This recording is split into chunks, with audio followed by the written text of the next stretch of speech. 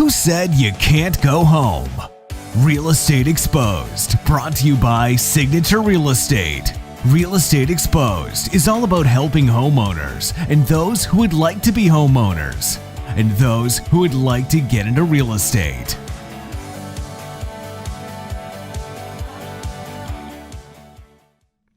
Welcome to Real Estate Exposed, the show that's all about real estate, and it's brought to you by Signature Real Estate and Prosperity Lending. I'm Brendan Roberts, along with Shelly Panzarella. What's up? What's up? Welcome back. Been a little while since we've been on together. Yes. Couple weeks. Couple weeks. You I had ran it with Todd last week. Yeah, how'd that go? I had to do my own intro. It was okay. I stumbled through it, but I made it through. We got Todd on air. carried the show for you? He That was totally good. did. Yeah. That was good, yeah. He's a good guy for that. So yeah, I was out of town last week. Long week. Was it? Long week. Yeah. Emphasize the long Very week. long Well, I remember week. even before you took off, you're like, I'm not going to bed tonight because my flight's super early. So did you? Yeah, flew out. I like to say Friday night or Saturday morning on the red eye. Yeah. Like 12:02 we left a.m. and we flew. We were heading to Washington D.C. through the way of Fort Lauderdale. Fort Lauderdale. Yeah, So you went to Florida. So we landed in there, and then so I had a little layover there, and then up to Washington D.C. Wow. They just didn't have a straight through? No straight route. No, there actually is. There's multiple airports you can fly into. And I know Chris flew out, and he got a direct, but he flew into Baltimore. But then it's a little bit more of a drive to the hotel and stuff. But there's no layover, no risk of missing the second plane. Did you miss the second No. plane? I felt like there was a story behind that story. I flew. No, I can get into some of the stuff. I always, when I travel and stuff, I always have some issues. You do. But JetBlue did a good job on the way out, and then on the way back, it was a little rough getting checked in. But then after that, it was smooth sailing. Really? From JetBlue also? Yeah, they had. It seems like everyone's just short-staffed, you know. Yeah. And when I went to the kiosk to check in, it said, "We can't check you in. You've got to see a service agent." So I stood in line for about an hour and 10 minutes to see a service agent, and I was next in line. It didn't move. Wow. Like, they had one person that looked like she was in training, and everyone else was on break. So. And it took an hour for the other. Uh-huh. They must have missed So it was a little rough, but barely made it to the plane, made it on. But you made it. Then no Yeah. layovers. So silver but lining. I do like flying JetBlue.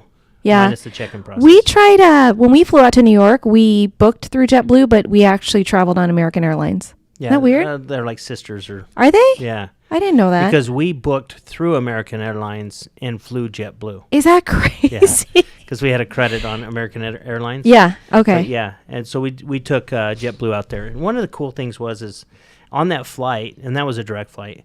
On that flight, after they've served the drinks and all that, but they have a pantry, and they say the pantry is now open, and you can get up from your seat and go up to the pantry and get whatever you want to drink. Really? Yeah, it's like. Wait, on Cool. American Airlines or No, JetBlue? JetBlue. Oh, okay. See that? I haven't been on JetBlue because even though I've tried to fly with them, they put me on American Airlines. I'm like, I don't remember that, but we flew American. That's Yeah, cool. It was really cool. So Yeah. I think their service on their planes are nice. They've got a little bit more room, it seems like. Yeah. It's just nice.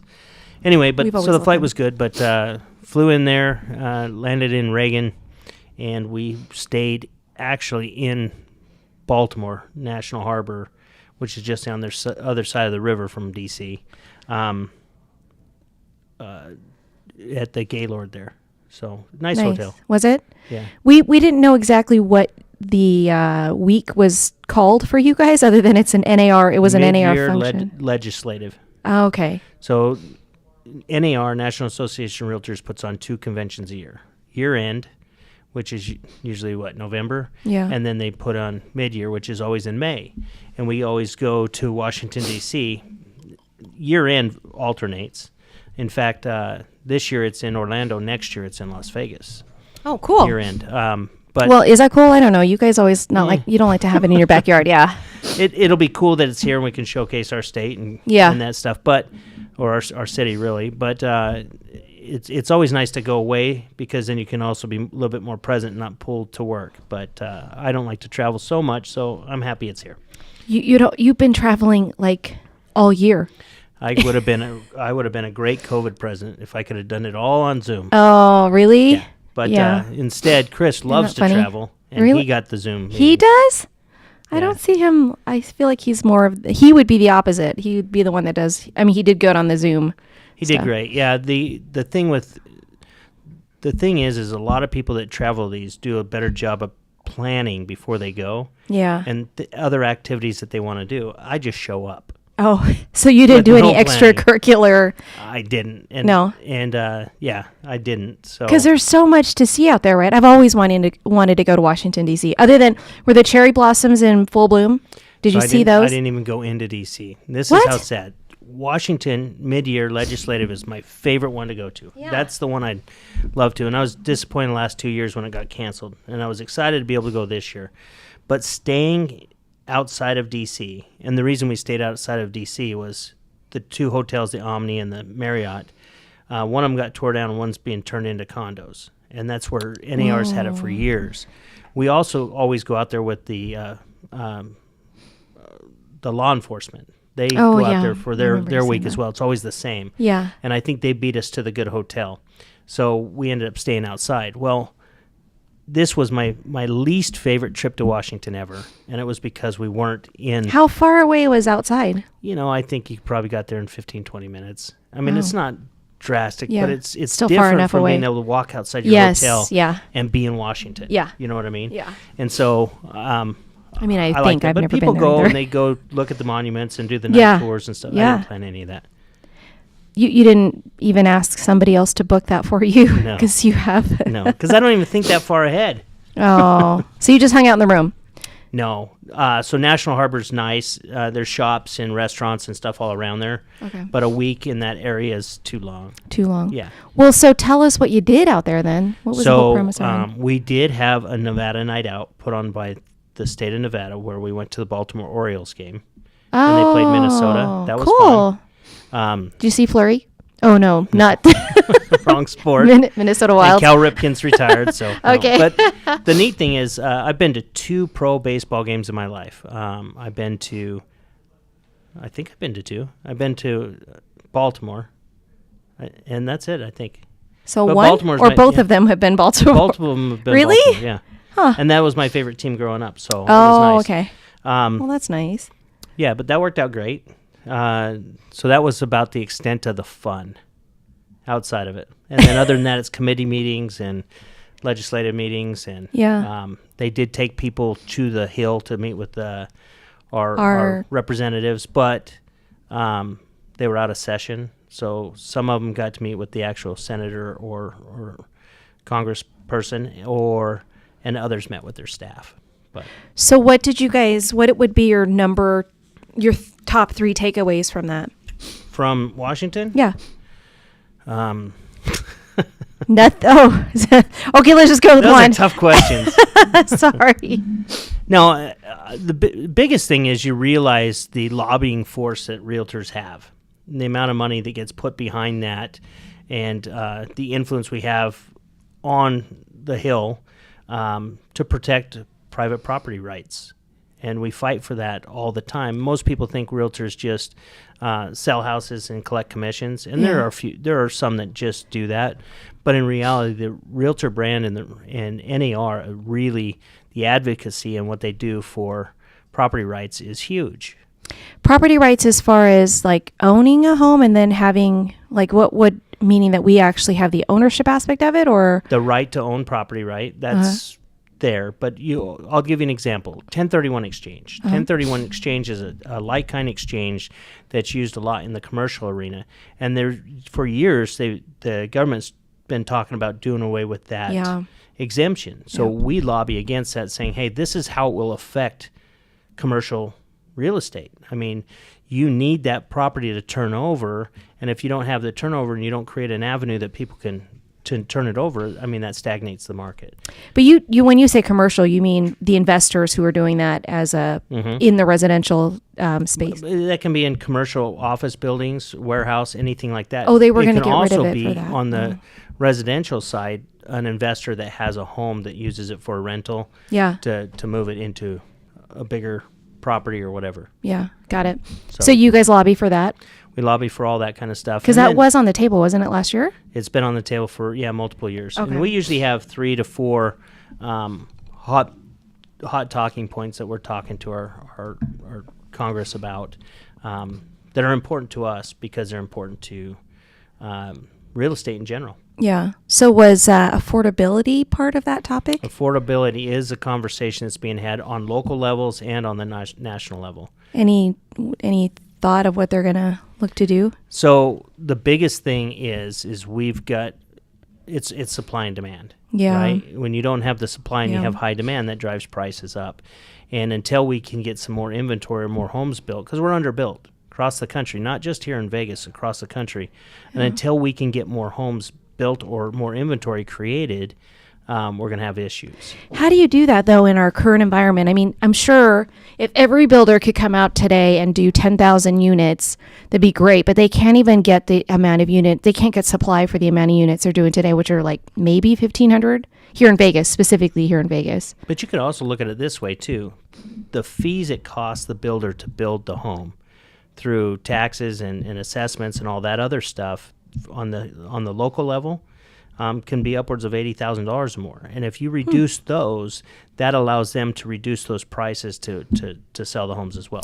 Oh, so so there's a cost to building Yeah. that property. And so Yeah. you can't just say affordable housing, you need to build affordable housing. You've got to make it to a point where there's got to be some incentives for them to be able Yeah. to do that to recoup their costs. Yeah. Yeah. The fees being like with the county and stuff like that when they are doing licensing and stuff and taxes and such for their, I didn't realize it was that much. Holy cow. The other thing to consider too is a lot of people don't they think affordable housing is a good thing, but they don't want it in their backyard.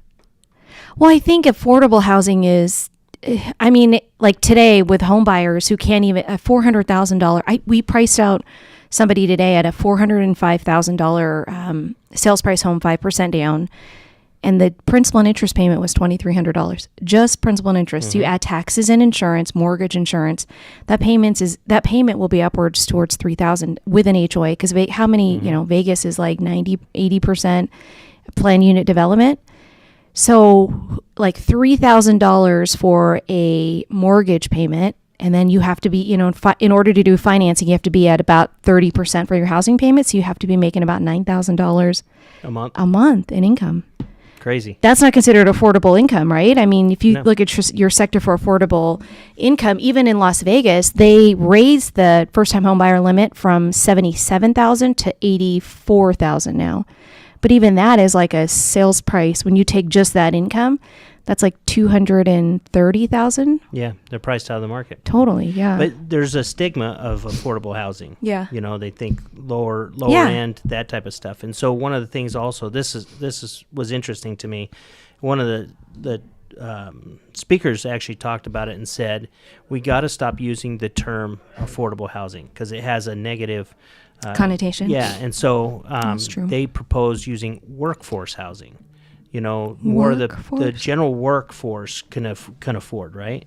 And I was at a round table, and one lady says, "When did we get away from first time Home buyer? Yeah, like starter homes. Oh, when yeah. did we get away from starter homes? We need more starter homes. You know That's what I mean? true. That's not that doesn't have the negative feel to it, and that's where people start, Yeah. and that's what we need. is Well, more I think starter now homes. it used to be like even the builders could build a smaller home and come in at, like a 1,100, 1,200. I think my first home was like 1,300 square feet, and it was like 100 and, you know what I mean? Like a small, and that was a starter home for me. Today that 2,000 square foot home or that 1,300 square foot home is like 400,000, right? Mm-hmm. So that's the hard part. But is there incentive for that builder to build a smaller home on these lots to make them a little Yeah. and there really isn't at this point, Yeah. or that I'm seeing. The other crazy thing that's happened across the country, and we haven't seen it here yet, is home builders not selling to the general public. Who are they selling They're to? building and giving them to the institutional buyers or keeping them themselves to rent. What? And so that was brought up multiple times as well. Wow. Out there. So it's kind of crazy. That would be crazy here in Vegas. Mm-hmm. I mean, just to think of that concept, but it's already happening. It's happening in other states, yeah. Wow. Well, I can't remember the name of the they, oh, there goes my power's out. They They were building specifically for rental. That's it. And so they came in with a small sector because nobody would give them land basically here, and they have a small little, like, they have spot fills within Vegas that are just, they were all built for rental, and it's just a rental subdivision, never been sold. It's all been It's just built for that. just built for that. Yeah. Kind of brings you back That's interesting. to before the crash when everyone was buying additional homes and stuff because they were just going to rent them out and they would Yeah. make all this money. But Well, and that's kind of where, leading into like everything I've looked at recently is this fear, like this housing crisis, housing crash. We're here, we're in it. And I was hoping you'd come back with some good news saying, don't worry, Shelley, everything's okay. All the don't worry, Shelley. Everything's Washington's got it covered for us. okay. Now that I'll never say. Okay, got it. No, but it is interesting because as we go through the raise in the interest rates, the median sales price in Vegas went up again last month to $475,000. That's a $15,000 Wow. increase, Oh, wow. which is a record for Vegas, which is up for $100,000 from this time last year, which Yeah. was at $375,000. Yeah. So that's crazy, and it's up it's up big from the recession, where the bottom hit here was in 2012, and the median price in 2012 was $118,000 here in Vegas. 118,000. 118,000. And you Single still have family. people who are like, I'm still waiting for it to crash. Yeah, it's going to go down more. Still going to go down more.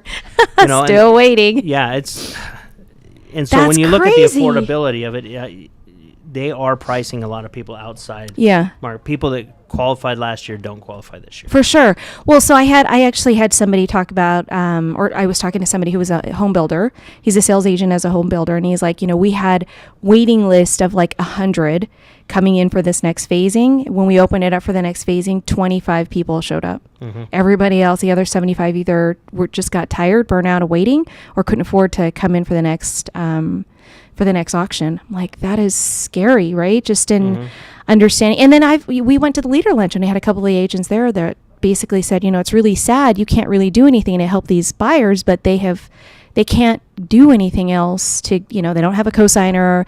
It's not like they can run out and go get another job because we as a lender will require them to wait 2 years to show the 2-year history. Yep. Yeah. So they just have to wait. In 2 years, what's the price going to be? Oh, totally. Or, Yeah. Or the rate. Yeah. Yeah, so that's crazy. And then they do talk about, well, what are rates? About 5 now? +1. 6? Yeah, just this. So that example of the 405,000, I just pulled it up this morning, and we're at 6%. So that was a 740 FICO, 5% down conventional financing at 405,000 So it's up 3 points, basically. since January. Yeah, Yeah, that's January we opened up at 3.125 for an owner occupied. So because in listening to everything that I'd heard, that I know the Fed's raised again last week, right? Yep, Wednesday. But I didn't anticipate that the mortgage rates would go up because it felt like they'd already priced that in when they went up 0.25%, and then rates on the lending side went up 2%. Yeah, I mean, I think that I thought the same thing, right? And actually the stock market and bonds rallied that day. Mm-hmm. Then we opened, I mean, I don't know if you've looked at our stocks, S&P this morning. I try not to look. Yeah, same. I've got Jason, who's in our office, just walks in. Have you checked out I turn on CNN. I'm like, oh my gosh. But we're down. So that's what prompted me to take a look at where interest rates are at. So 6% today. You heard it here. Wow. I know. I'm locked in though, wasn't it? You are. Yes. No, I got a great rate. But you, exactly. I mean, thinking of that, like a month ago you were like, hey, that's a high rate. But I'm like, hey, we need to secure this now because you were second home. That would have been, you're probably looking at 6.5, 7 for your second home. Jeez. Can't believe that. Which is still a good rate, but it's not a good rate when you have the high price. You know Yes. what I mean? Yeah. Because historically, and this is an argument that I've heard a lot, well, historically it's still a low rate. Well, historically prices weren't this high. Yes. And so in relativity, it's really not a great rate compared to the price. Yeah, because we can all say, well, these are the rates from 2018, 19, but these are definitely not the sales price. I would buy that house at the rate of 2018, 19. Exactly, yeah. Well, and that was actually the question that Todd, or something that Todd and I spoke about last week was, what happens if there's just no buyer pool because it's unaffordable for somebody to come in at, even at your lower price points. You think that those sellers are just going to continue to drop until they finally find a floor? And could that happen? Two things happen. Two things could happen to change that. Number one, additional mortgage products can be developed to create that. The 2-1 buy down, different things like that. Because adjustable rate mortgages, different things like that to buy that rate down to get people in to qualify, right? So that can be done. But the other thing is, if homes aren't selling, there is no buyer for the home, that means you build supply with no demand, which creates what? Buyer's lower market. Prices. Oh, yeah. Right? And so that causes the prices to come down. But where somebody can afford it. Not to the point where we had the housing crisis, where we crashed, right? No. I mean, because that's... It's not going to come out from underneath you like that. At least I don't foresee that. Yeah. But I've been wrong before.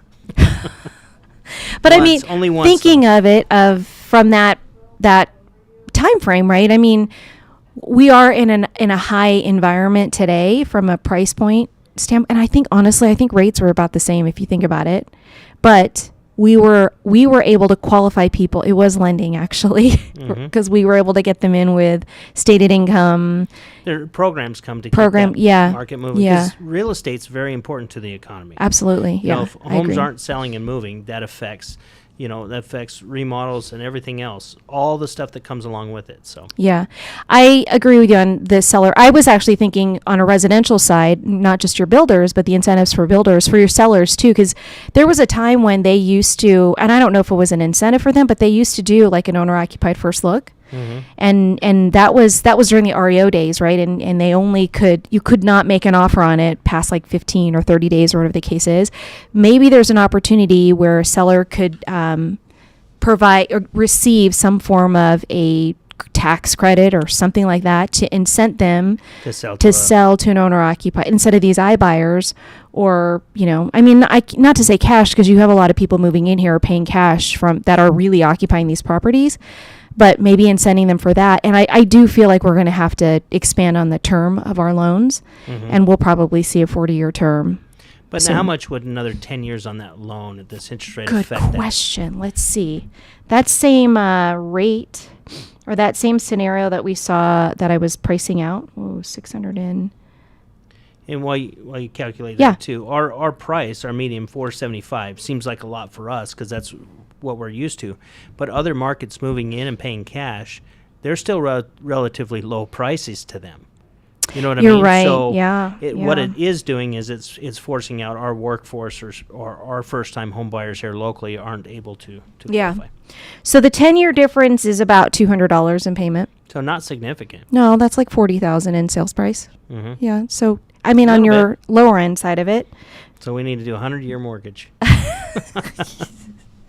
And then, make sure you get all your trust and everything set up so that when it's ready to roll over, you roll it over to your families. It's generational loan. Yeah, absolutely. Why not? We're going to need the fingerprint of your newborn on this loan document because they're agreeing. Totally. Yeah, that's nuts. So what is the list price at? Does it show that? Because that was one thing I thought was interesting too. He's like, we are meeting the list price for the ultimately our average median meets the list price of the previous month. So was it $475 for March? So I would have to go back and look at that, but I do know what the median list price last month was. So we'll see next month when the median comes out is $499.9. Oh, so and that goodness. To me is a telling sign that you're not done growing on that median price yet. Yeah. Well, but you're also hearing a lot of seller reductions, sales price reductions. I'm seeing a lot of those. Do you think that is sellers still being really aggressive in their asks, so to speak, and then they're having to come down, or do you think it's... So I believe that's the first sign of things starting to slow, right? Because here's the thing. An agent now has to be a little bit better at pricing than they did before because, over this last year or two, I would have been able to just put it up there and eventually the market's going to catch. Yeah. You see what I mean? It's going to catch up to it because it was growing. Whereas now, if the market starts to slow, which it seems to be, or it starts to dip a little bit, your pricing is going to be very, very important because you're not going to want to be overpriced and chase the market down. You want to get ahead of that and get your property sold so you don't stagnate. Well, I mean, and then there's some sellers who could sit on the market for however long, right? They don't care if they're on there for months because they're really just trying to wait for, like you said, wait for that specific price point. But then you have some that have to rush and get out for whatever reason. Yeah. So you'll see them more motivated. Yeah, I think there's I think you're going to see people get a little bit more realistic on their list price. So when you say dip, you mean maybe we don't go from like 375 to 399 or what am I thinking of? 475 to 499 next month, but maybe 475 to 480? I think I think not 470 to 470. We're going to have a healthy appreciation. Yeah. Rather than what we've seen. What we've seen over last year is not sustainable for a long period of time. You cannot have prices go up that much every year over a long period of time. You just can't. Yeah. Then nobody can buy them, or nobody, We'll get ourselves out of. Well, so that's when. I mean, could that really happen? Nobody can buy these houses. No. No, right? Like it won't happen because it'll shrink the buyer pool, right? There'll be less people that can qualify to buy the houses or that have the capital to do it, and that's when there has to be other programs or prices have to come down. And believe it or not, people actually have to sell their homes sometimes. Yeah. Right? And so there's a higher motivation. And when I was taking listings, I mean, there's two things you focused on when you took a listing. And number one was the price you set on the home, and number two was the motivation to sell. And when I teach the academy, I ask everyone who would take a property $100,000 overpriced. And some people would be like, oh, I'll do it because I want to sign the yard. And others would be like, no. And the right answer is it depends. It depends on the motivation of the seller. True. If the seller has to sell the house, then they're going to get realistic on the price and bring it down to sell. Yeah. And so there are people that are motivated to sell, not just people out there trying to make as much money as they can. I agree. No, I agree. What else you got on there? Well, I'm just curious. So what new loan programs do you guys have? Think something up. Save our market. Yeah. Well, the last time that happened, we all got blamed for that. Actually, because Todd straight up called out the lenders. He's like, well, it was your fault last time. And I'm like, okay. Basically, because the government went to the banks and said, figure out a way to make this easier for people to get financing because we were the constraint, which came about the interest only, your stated income, your don't even verify income. I remember the pick a payment loan. Do you remember that loan? Oh my gosh. Pick just interest only it was a 1% interest only, a 30-year or 15-year. Well, who's going to pick any of the other three because they were much higher than your 1%, and everything that nobody understood what happened to the remaining other 99% of that payment that it got added back onto the backside of the mortgage, which everybody thought, well, we're in a high appreciation environment. It's not going to matter. So it was your fault. I know. No, it wasn't. There was a lot of responsibility to go around. I mean, realtors selling them, realtors buying them, the people stating their income, knowing that they couldn't afford it, the lenders doing the loans. Well, they were following the guidelines, right? We were. Yeah. That was actually just thinking about how all that stuff came to fruition. Because I never grew up in that environment. I was always in the environment of full doc. We weren't doing blood samples and firstborns, but we were definitely in pay stubs, W-2s, bank statements, similar to where we are today. But when those stated programs came out, it for those of us who were really always born of that environment, it felt very foreign to just say, go ahead and sign here and you have a high enough credit score. I know that you work at, Walmart, dollar store, whatever you want to call it, and you're buying this multi-million-dollar mansion. You're the highest paid employee at the dollar store. Exactly, yeah. But your because you have such $2. a great $1.99. So it's always one of those things to you have a moral obligation, but then you also have some of these. That was one way to. Nobody knew, right, what was going to happen at the time. Yeah, you didn't think that was going to end that way. Yeah, but I do think it's totally different how speaking even for myself personally, I thought it was cool to go into a new community and I could pick up 4 properties because I could state every single one of those. And then the intent would be to, on a new community, flip it by the time it was closing out. And not even really flip it, right? Because I would just let it sit there and then, however fast they were building it, by the end, fifth or sixth phasing, you'd gain like $30,000, $40,000 just in the builder appreciation, off of their price sheets and such. And then that just got pulled out from underneath all of us. The people that were left holding the bag. Literally. There was whole subdivisions. I know there was, I was in Utah at the time when this was all but there was whole subdivisions being done where investors were buying properties, state income, never seeing it. Yeah. That type of stuff. And never even knowing if it was actually going to be built. Yeah. Well, it would, they got built, but it was literally like, they have different, I've heard a lot of people today do like assignments of contracts today when they get into an accepted contract with a builder and then pretty much sell it the very next day. You know what I mean? I guess that's not really an assignment. It's truly a sale. But in this particular case, and I think that's the difference of speculation versus what we're seeing right now is true appreciation. Mm-hmm. We all speculated that the phasing was going to happen to increase our was going to appreciate by at least, $5,000-$10,000. So, and because we had so much supply then, it was one person buying 4 properties. Today you have like 4 people trying to buy one. Yeah. But therein lies part of the problem. Totally. Right? Yeah. And I think that's the hard part that people don't see. I went this Saturday, I met with a client and he came in, he was looking to do a cash out refinance. We're sitting there talking about his, why do you need it? What do you want it for? Here's what it's going to look like for payment for you. And then I told him the rate. We're going through all that stuff and he's like, wait a second. So what's going to happen with the market? And I'm like, what? We're doing a refinance. Like, what are you worried about the market for? He's like, well, I was in this environment back in 2008. I feel like, we pulled up his property on Zillow. He's like, in 2 years, he's gained almost $150,000 in equity. And he's like, what should I sell? And I'm like, well, where are you going to go? You were talking about paying off some of these debts and whatever the case is. And he's like, I just feel like, have we hit the top of the market? And now he's literally looking to become a seller while we're talking through where the interest rates are for him as a owner of a property already to refinance.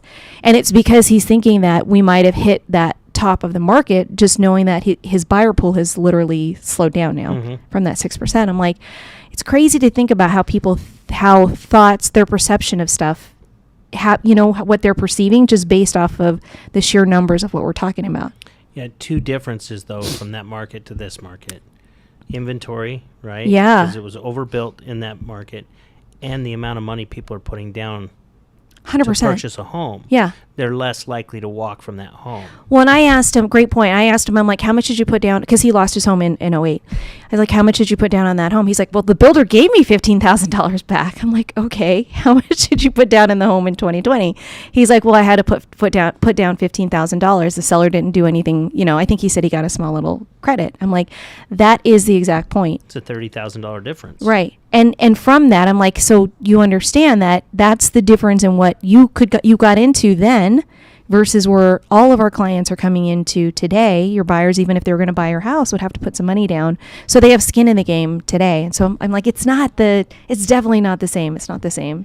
But people that went through that are going to be a little bit gun shy. PTSD. Yeah. Oh, totally. Sure. Totally. Man, it's crazy. I know. It is crazy. But the news and everything, it's doom and gloom. Yeah. And I don't think it is. There's still opportunity out there. There's still good houses, good prices. What I am seeing a lot more is wholesaling. Really? Yeah, where people are coming in and I think a lot of it's even like the iBuyers. Yeah. That type of thing. And I think you'll see that too as the market slows, people willing to sell their property a little bit lower. Just to get out? Just to get out. But we're seeing a lot of stuff where you've got assignable contracts and stuff like that. People are always... What does that mean? So, for instance, I go and I put an offer on your house, right? And I say, I'll buy the house at X, right? And the purchaser is me and or assigns. Oh, which and gives then you me the sell right it. to sign that contract to someone else. Okay. And so then I go, and because the market's hot and stuff, and then I go to beta and I say, hey, do you want this house? I've got this house, and I'm going to sell it to you for Y. And so that difference between X and Y, Yeah. I keep, right? Yeah. But you also pay me a premium to take Yeah. my contract over. And that's acceptable? it's happening. I think there's a lot of issues with it. Yeah. I've seen just even in our brokerage, and I told the agent, no. We got something. They wouldn't even show the price that they were buying the house for. So we don't even know the I mean, there was just all kinds of, people are just skimming money off of other people's equity. Yeah. Really. So we're seeing a lot more of that kind of stuff. I think it's going to get a little. These kinds of environments breed scams. That is kind of the scary thing, because on the flip side of that too, you're hearing a little bit more of the forbearances and foreclosures starting to come on. Have you seen more of that come out? I haven't. Defaults? I haven't, but that is the rumblings behind that. Yeah, that people, and so that's what I thought you meant by assignment, because I'm hearing that people are tapping into, owners who are struggling to keep their payments or make their payments. And so that's, coming from either a notice of default or potential foreclosure. That's where people can take advantage of the situation. Yeah. And I don't backtrack a little bit. I don't mean all wholesaling is illegal. Oh, yeah. It's just the ones that are trying to not be upfront with things and stuff like that. Yeah. I think there's opportunity for people to get in trouble. Yeah. Well, and I think that's because we talked about a situation personally for myself, and it felt really weird because it's just it was just something that you'd never think of, right? But to your point, you're like, well, you might be actually helping them, and may not be like a true disservice to them. Just do it on the up and up and open and stuff like that. And I feel like that kind of stuff is coming. It's already out there happening, where a lot of people are able to help other people out by purchasing their home and taking care of the note and then allowing them to rent back to them and things like that. That's what I thought you meant by assignment, but that's a different kind of assignment. During the recession, there was people losing their homes up for sale, and there was actually people that come in, pay the money to put off the sale, put a little bit of money into remodeling the house and sell it and give them a little money to move on their way and make revenue really? off of that too. That's very, I didn't know that. Yeah. That's awesome. I had no idea that was happening. Yeah. That's good. It's, there's, everybody's looking at an angle to make a little bit of money. Yeah. Right. Yeah. And some people had some equity in their homes still, or had the ability, they just didn't have any money, and they'd fallen behind, and it was too hard for them to catch up. And they're going to lose the house. For sure. Yeah, I think that's the biggest thing right now. So these forbearances, if they can't, a lot of them have modified out, and then if they can't continue to make that modification, there's not like an extra, okay, well, since you've gone past this, now you got this. It's pretty much, you're at the end of the road, so to speak. And even though the banks are trying to figure out how to make that work for them, it's still foreclosures are part of a normal economy, right? Mm-hmm. That there are just some people who are not going to be able to make the payment regardless of, whatever it may be. Well, you get job loss, Job inflation. loss. There's other things that price you out, so you're not able to make that payment. For sure. And then the big problem is burying your head in the sand. Yes. Thinking the problem's going to go away when you could have sold it and you could have gotten some equity and you could have been out from under it. Yeah. Well, I think that's the whole part, is being on our side with education around it. Even with my client who's coming in as a refinance, it's talking through what his true motivation is and understanding where they're coming from. For each of our clients too, is educating them and being there to listen to them to see exactly what they need. But you're right. Some people don't even. I remember, hearing that all the time. Everybody, piles of mail would be up there letting them know, hey, by the way, you're about to get foreclosed on. And they just literally throw the mail into the trash. Yeah, and stop answering their phones. Yeah. It's crazy. Well, let's hope we don't get back to that. Yeah. At least anytime soon. Right. At least while you're president. Just kidding. Not in my year. Not in your year. So. That's funny. So, April, the sales in April were down compared to last month and last year at this time.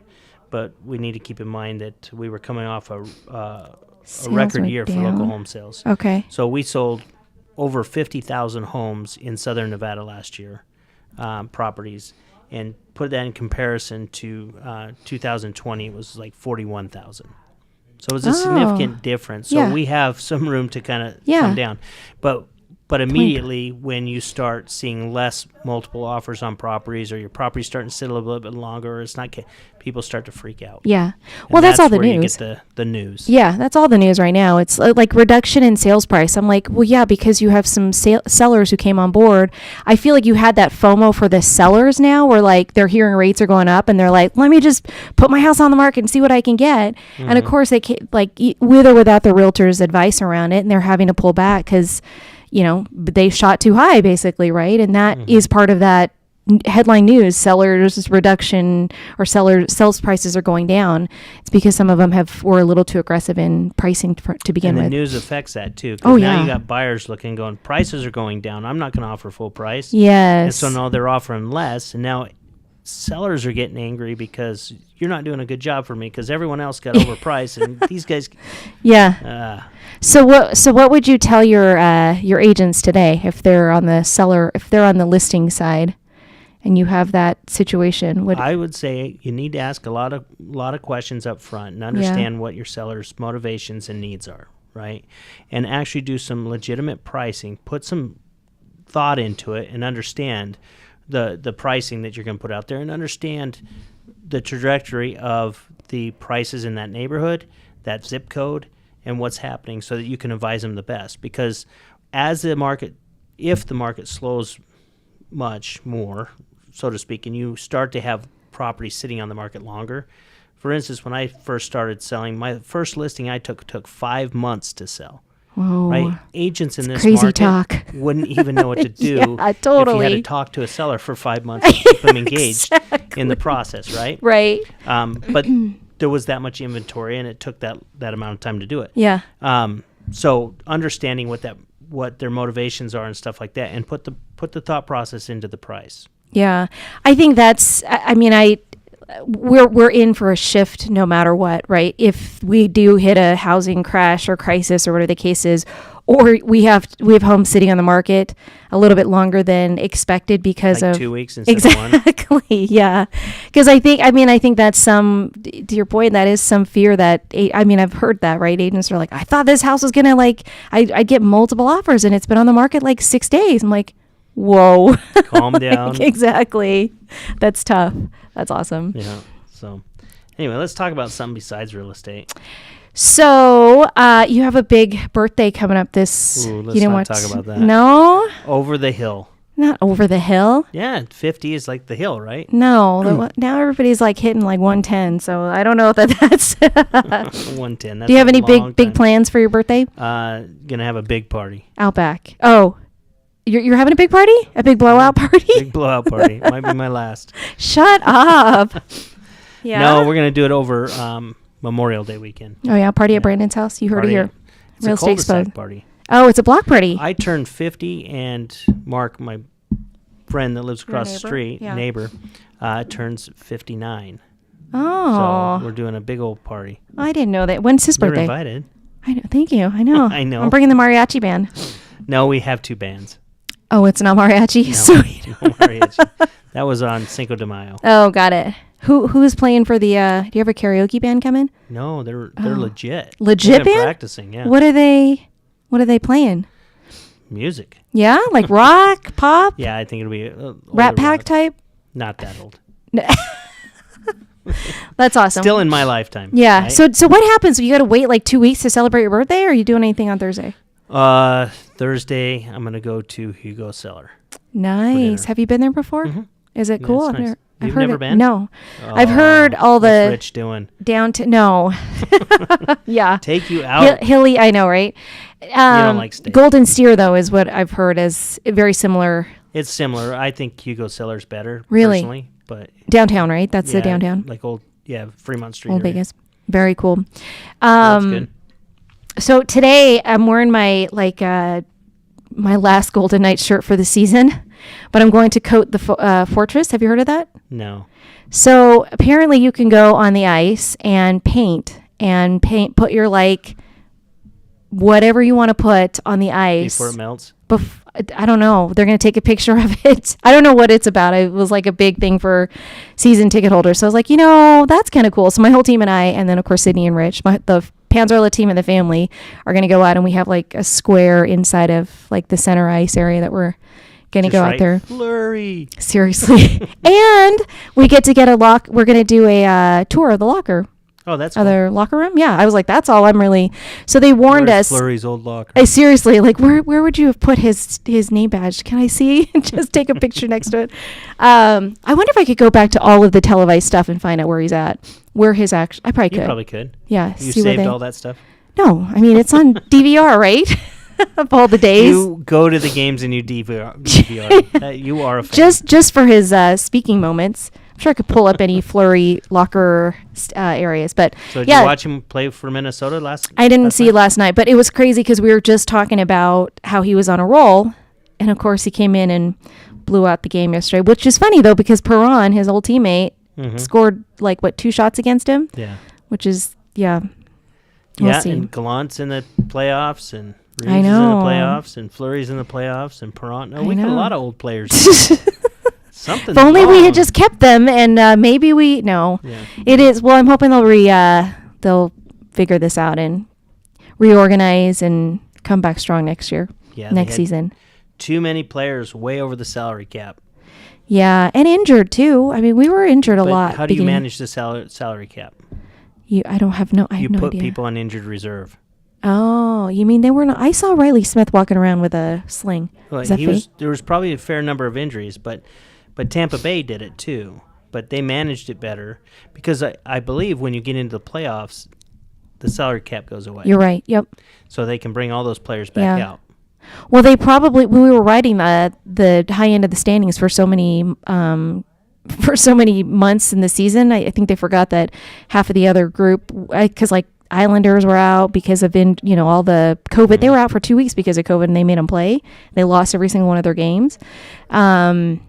Yeah, because they had a lot of teams that had to catch up, right? When they basically said if you had COVID, you didn't have to play. Mm-hmm. That was like for 2 weeks almost, and so those teams came back stronger and healthier, and played, and of course won, and so And we did shifted everything for us. Yeah, we'll see. Well, what's the owner's name again? Foley. not. Yeah, Foley. He said he's going to come back in and be more a part of the decision making.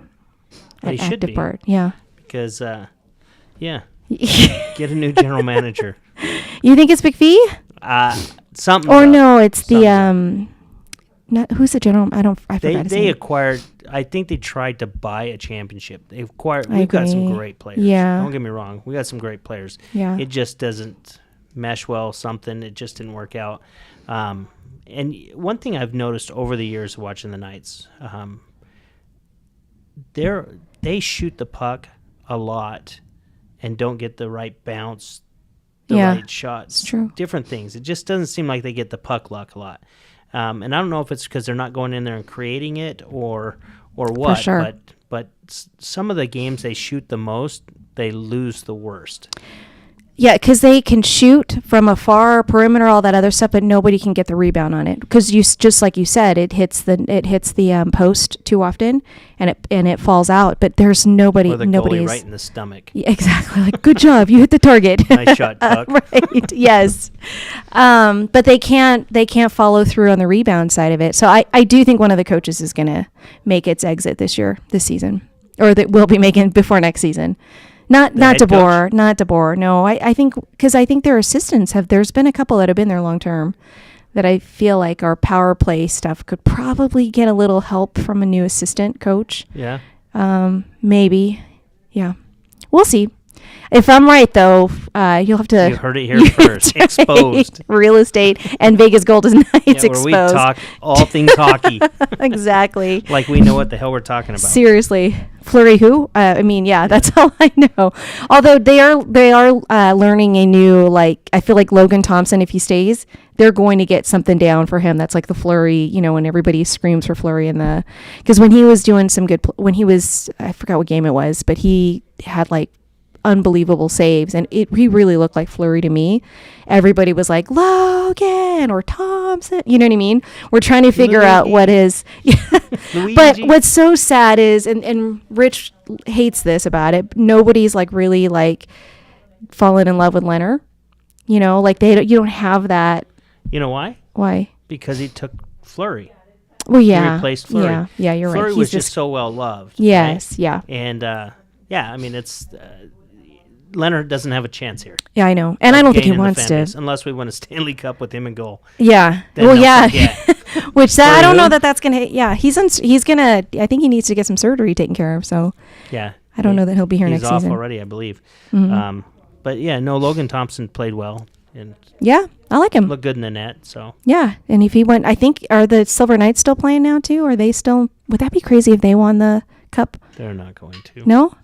All right. Well, I thought Maybe it would be if we ironic. send all the players down from. I think we did from Golden Knights. I'm not sure.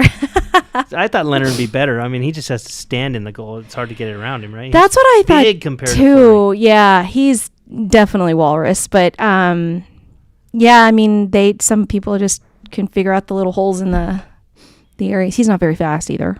No. Like Fleury can spin on his head. Well, he's It lighter, takes him, smaller. Yeah, it takes him a minute just to move his arm.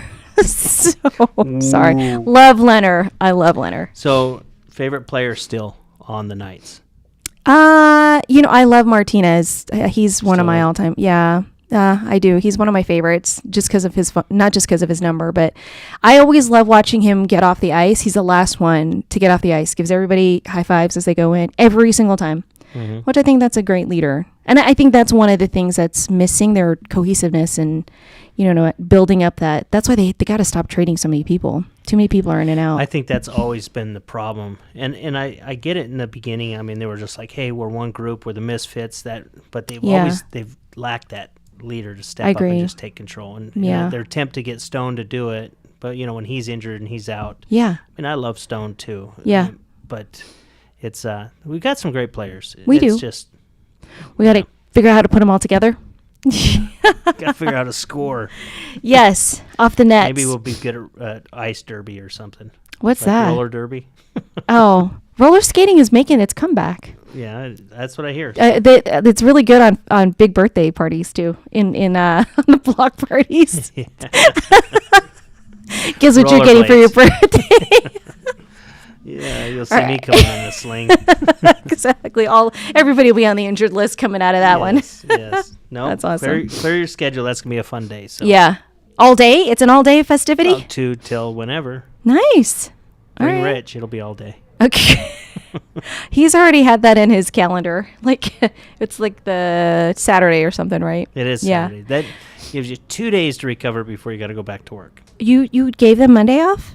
Or is that it's Memorial Day? It's okay. I mean like Christmas is hard to get for Christmas is always hard to get from you, and Thanksgiving. Actually, Christmas Eve is hard to get. True. But I always give them Thanksgiving. I always give them Christmas Day, yeah. And New Year's Eve. That's like a toss.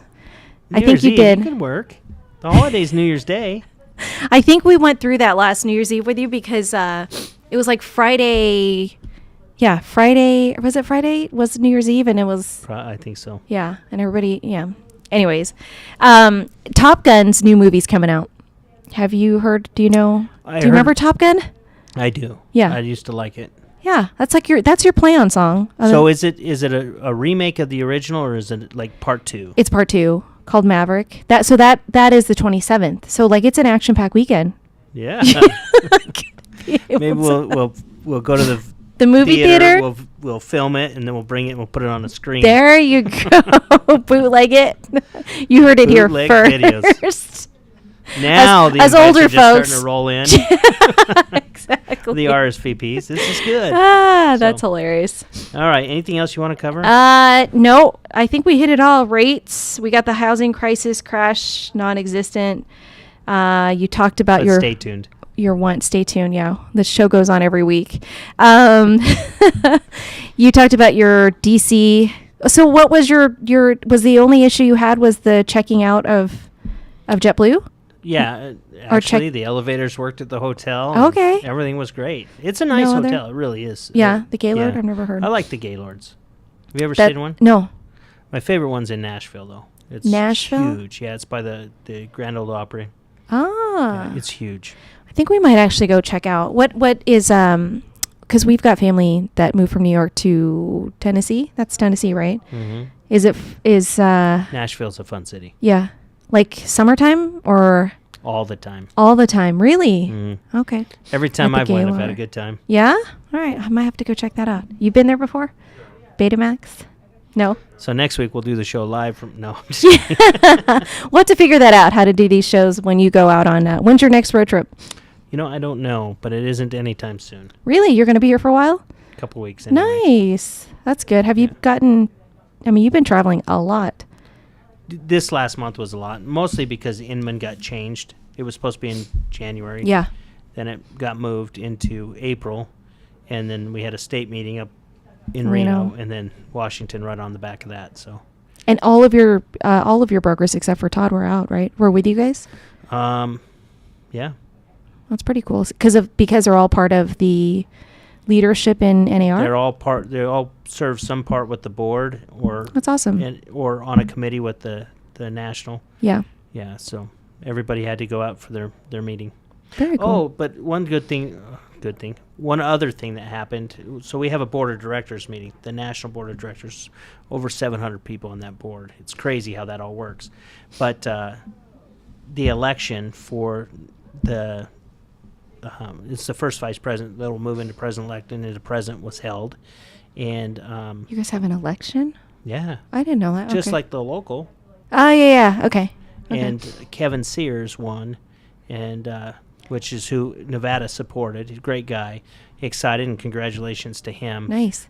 He's going to go up the chain now. So Kenny Parcells, who's from Utah, will be president next year. He's the guy that swore me in. Oh, okay. And Tracy Casper from Idaho, and then Kevin Sears. So from are you Massachusetts. in this for a little bit longer then as far as are you planning to go up that same ladder? No, I have no intent to run for a national office. No, not even state? No.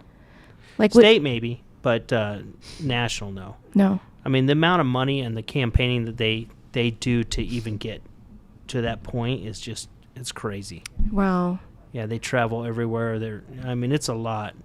And He was at your the general membership, right? Is that? no, that was the Daryl Bram who Oh, was who's running running against for- him. Oh, okay. Yeah. Got it it. wasn't even close though. Oh, really? The past few years, it's been just a few votes. And this, I think Sears had over 70%. Wow. So Wow. What about any of your brokers? Are they planning to go up? Do they have? Doesn't Chris have? aspirations. Yeah. I think Chris is young enough and has enough energy that he could probably do it. You have to. Oh, yeah. Well, I saw that he made the YPN.